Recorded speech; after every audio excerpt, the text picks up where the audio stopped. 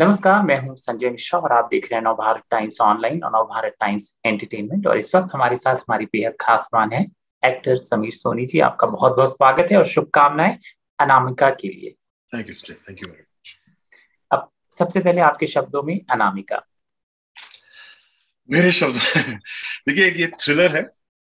ये एक मिस्ट्री है, सस्पेंस है। इसमें आई थिंक जो मेन कैरेक्टर प्ले कर रही है अनामिका, वो है सनी लियोनी।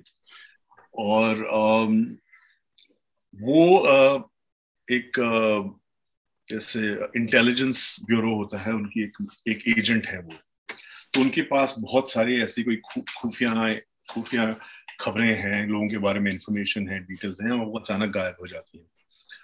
और फिर लोगों को जो परेशानी शुरू होती है कि वो क्या कर रही हैं, क्योंकि उनके पास इतनी इंफॉर्मेशन है, वो किस तरफ पलटेंगी, किसके फेवर में जाएंगी, किसके अगेंस्ट में जाएंगी, क्योंकि इतनी सीक्रेट्स हैं उनके पास में। बस इसी तरह कुछ सब लोग उनके पीछे पड़े हुए हैं उन्हें ढूंढने में। और हाँ, और ऐसे कुछ बाकी आपको देखना पड़ेगा कि कितने लोग कामयाब होते हैं उन्हें रोकने में, वो कहाँ तक सच्चाई सामने लाती हैं, और जो खराब लोग हैं, गलत लोग हैं, उनको सजा दिलाती हैं।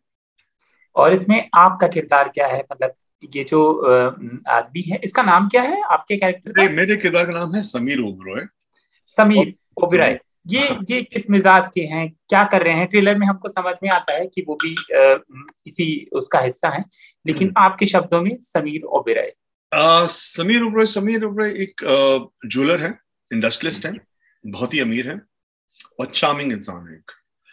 और उनका एक और साइड बिजनेस है जिसके बारे में लोग ज्यादा नहीं जानते हैं। वो ड्रग माफिया में भी इन्वॉल्व है, जिसका जो भारत सरकार को कुछ बड़ी देर से अंदाजा है कि शायद ये कुछ गड़बड़ भी कर रहे हैं। तो वो जो एजेंट एम है, जो सनी है, अनामिका है, उनको भेजते हैं उनके करीब जाने के लिए, इंफॉर्मेशन गैदर करने के लिए समीर ओबरा के बारे में। और फिर इन दोनों के बीच में प्यार हो जाता है। और फिर अचानक अनामिका गायब हो जाती है।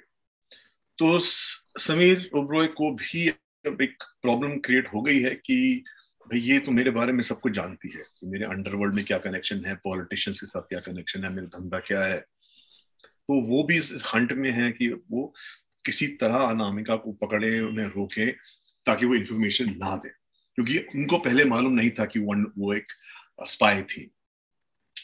तो वो इसी तरह का इंसान है जो बड़ा कॉर्पोरेट है, बहुत वेल बिहेव्ड है, मैनर्ड है, मगर उससे एक दूसरा पहलू भी है। वो कोई भी उसके रास्ते में आएगा वो उसे हटा देगा। और मगर उसको कहता है, वो हमेशा ही रहता है कि भाई, मुझे वायलेंस बिल्कुल पसंद नहीं है, मैं नहीं चाहता हूँ ये मतलब मार काट ये लोगों को करना अच्छी बात नहीं है, मगर वो करवाता भी है।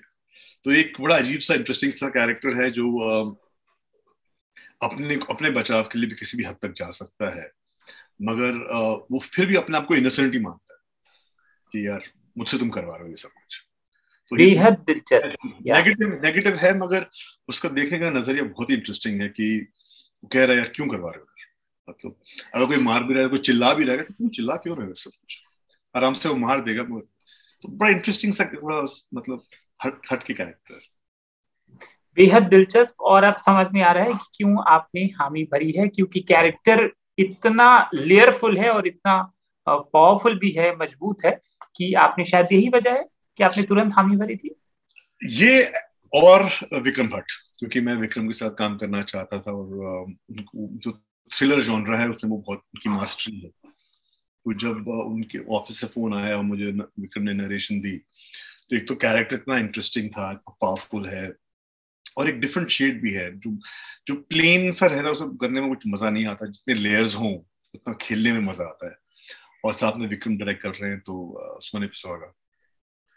ये जो करियर का ये टाइम है, मुझे ऐसा लग रहा है ये बहुत सेलिब्रेटिंग वाला टाइम है आपके लिए भी। मतलब बहुत अच्छा अच्छा काम। अनामिका का जो कैरेक्टर है, आप देखिए, मतलब आपने कभी नहीं किया है ना? कैसे देखते हैं इनको? मतलब अगर आई मैं थिंक अभी आई थिंक ये ऊपर वाले की मेहरबानी है। इससे पहले मुझे हमेशा जो था ना, मेरी लुक्स पे ज्यादा फोकस रहता था कि हाँ भाई, यंग हस्बैंड है, अच्छा आदमी है, फादर है, या ये है वो है, बड़ा भाई है, जितनी मैंने फिल्म की विवाह, तो वो एक छाप सी पड़ गई थी मुझ पे। तो आहिस्ता आहिस्ता उम्र भी बढ़ रही है, लोग देख भी रहे हैं, और आई थिंक इसका मैं क्रेडिट एकता कपूर को दूंगा। उन्होंने सबसे पहले मुझसे एक out and out negative role करवाया, वो थे पंचबीट में, जिसमें लोगों ने बहुत पसंद किया और मुझे बहुत मजा भी आया। और उसके बाद फिर एक सिलसिला सा शुरू हो गया। फिर मैंने जॉन के साथ फिल्म की थी अभी, संजय गुप्ता की। उसमें भी एक ऐसा रियल कैरेक्टर है जो बहुत ही मतलब नेगेटिव शेड्स हैं उसके। फिर फिर अभिषेक के साथ फिल्म की थी मैंने, बिग बुल। तो अब इस तरह से अब क्या हो गया कि अब लोगों को देखने का तरीका थोड़ा बदल गया मेरी तरफ, कि मैं एक्टिंग कर सकता हूँ कि नहीं कर सकता हूँ। आई थिंक ये किसी को शक नहीं था, पर यही था कि लोगों को समझ नहीं आ रहा था कि मैं किस चीज में बैठूंगा, क्योंकि मैं टिपिकल हीरो नहीं हूँ जो गाने वाने गाने वाला मैं नहीं हूँ। तो मैं एक तरह से एक पिजन होल हो गया था। और अब ऐसे ऐसे इंटरेस्टिंग रोल्स मिल रहे हैं करने के लिए, तो हाँ, मेरे लिए बहुत ही इंटरेस्टिंग टाइम। इनफैक्ट इतना बिजी मैं कभी भी नहीं था जिंदगी में। मैं इनफैक्ट अभी एक फिल्म की है मैंने, जो डिम्पल कपाडिया और पंकज कपूर के साथ है। और भी मैं शोज कर रहा हूँ। अभी मैंने पंचबीट 2 खत्म हो गया है, कार्टेल हो गया है। तो एक और ब्लैक वुड्स है, जिसमें मतलब पावरफुल कैरेक्टर्स मुझे मिल रहे हैं। तो हाँ, I think it's a very good time for me. और आई थिंक ऑल्सो ओटीटी की वजह से, क्योंकि ओटीटी में लोगों को बड़ी फ्रीडम मिल रही है। जो नए नए टैलेंट हैं, एक्टर्स हो, डायरेक्टर्स हो, राइटर्स हो, वो अलग अलग चीजें ट्राई कर रहे हैं। और ओटीटी में कंटेंट इज किंग। उसमें कोई बड़ा एक्टर या छोटा एक्टर से कोई शो चलता नहीं है। अगर शो अच्छा है तो चलेगा।